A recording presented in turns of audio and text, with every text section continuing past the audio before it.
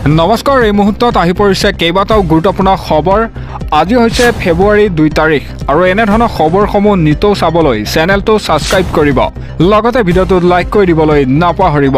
তেনে বলক খবৰকেইটা আৰম্ভ কৰোঁ। দৰ্শকসকল, আজি সন্ধিয়াৰ প্ৰথমটো খবৰ।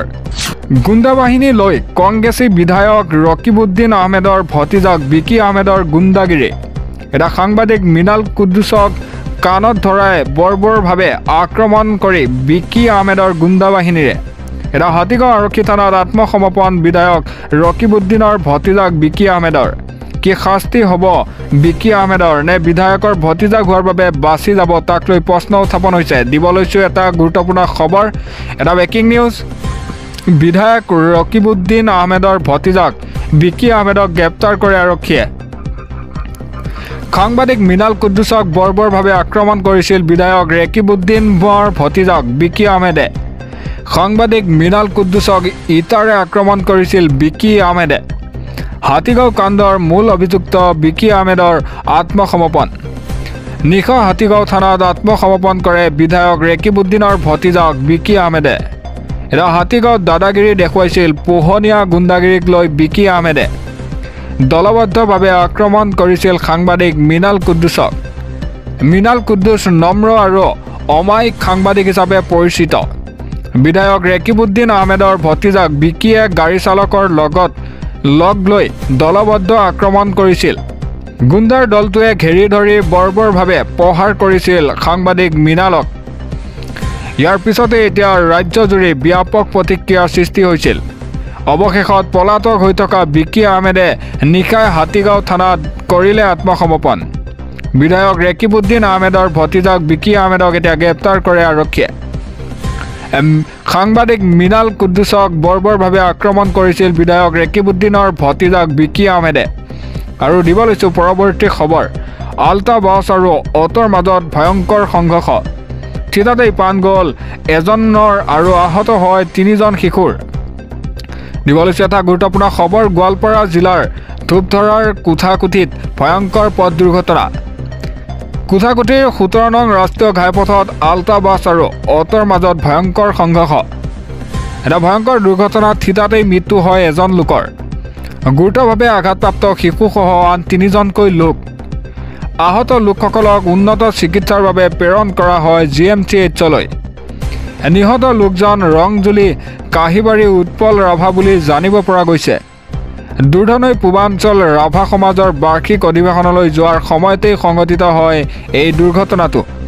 এটা গোৱালপাৰা জিলাৰ ধূপধৰাৰ কোঠাকুঠিত ভয়ংকৰ পথ দুৰ্ঘটনাটো সংঘটিত হয়।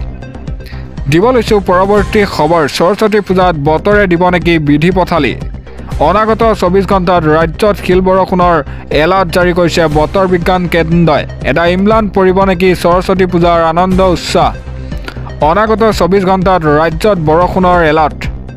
প্ৰচণ্ড কুঁৱলীৰ মাজতে ঠায়ে ঠায়ে পৰিছে বৰষুণ। ৰাজ্যৰ কেইবাখনো জিলাত বৰষুণৰ এলাৰ্ট বতৰ বিজ্ঞান কেন্দ্ৰৰ। ডিমা হাছা, কাছাৰ, হাইলাকান্দি, শ্ৰীভূমি, গোৱালপাৰা, ধুবুৰীত য়েল্লো এলাৰ্ট জাৰি কৰিছে বতৰ বিজ্ঞান কেন্দ্ৰই। ডিব্ৰুগড়, তিনিচুকীয়া, চৰাইদেউ, শিৱসাগৰ, মাজুলী, যোৰহাট, গোলাঘাটতো য়েল্লো এলাৰ্ট জাৰি কৰিছে বতৰ বিজ্ঞান কেন্দ্ৰই। মধ্য অসমৰ বিভিন্ন প্ৰান্তত বতৰ ডাৱৰীয়া।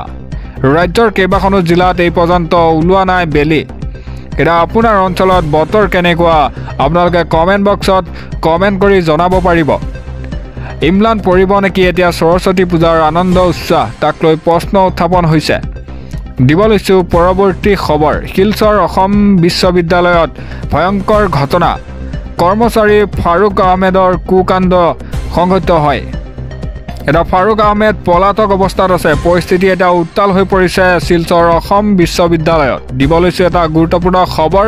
শিলচৰ অসম বিশ্ববিদ্যালয়ত ভয়ংকৰ ঘটনা সংঘটিত হৈছে। আইন বিভাগৰ কৰ্মচাৰী ফাৰুক আহমেদৰ কুকাণ্ড। এগৰাকী নাবালিকাক নিৰ্যাতনৰ গুৰুতৰ অভিযোগ আহি পৰিছে।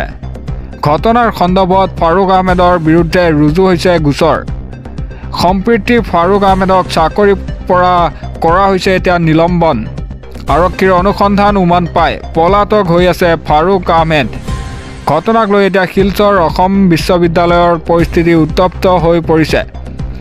আৰু দিব লৈছোঁ পৰৱৰ্তী খবৰ কৃষকলৈ এটা ভাল খবৰ আহি পৰিছে আপোনাৰ কিষাণ ক্ৰেডিট কাৰ্ড আছেনে যদি আপোনাৰ কিষাণ ক্ৰেডিট কাৰ্ড আছে আপোনাৰ বাবে এটা ভাল খবৰ 5 লাখ টকাৰ পৰ্যন্ত লাভ কৰিব ঋণ জানি লওক আমাৰ সবিশেষ দেশৰ কোটি কোটি কৃষকৰ বাবে ভাল খবৰ আহি পৰিছে কেন্দ্ৰীয় বাজেটত কৃষকৰ বাবে কেইবাটাও সুখবৰ কিষাণ ক্ৰেডিট কাৰ্ডৰ ঋণ 5 লাখলৈ বৃদ্ধি কৰা হৈছে 7 কোটি 70 লাখ কৃষকলৈ ক্ৰেডিট কাৰ্ডৰ সুবিধা বিকশিত ভাৰতত নাথাকিব এতিয়া দৰিদ্ৰতা এই মন্তব্য কৰে বিত্ত মন্ত্ৰীয়ে কৃষি ক্ষেত্ৰত উৎপাদন বৃদ্ধিৰ লক্ষ্য এতিয়া কেন্দ্ৰীয় চৰকাৰৰ শুভাৰম্ভ PM ধন ধান কৃষি আঁচনিৰ এটা শুভাৰম্ভ হৈছে PM ধন ধান কৃষি আঁচনিৰ 1 কোটি 70 লাখ কৃষকক হ'ব এতিয়া উপকৃত 1 কোটি 70 লাখ কৃষক হ'ব উপকৃত দেশৰ কোটি কোটি কৃষকৰ বাবে ভাল খবৰ আহি পৰিছে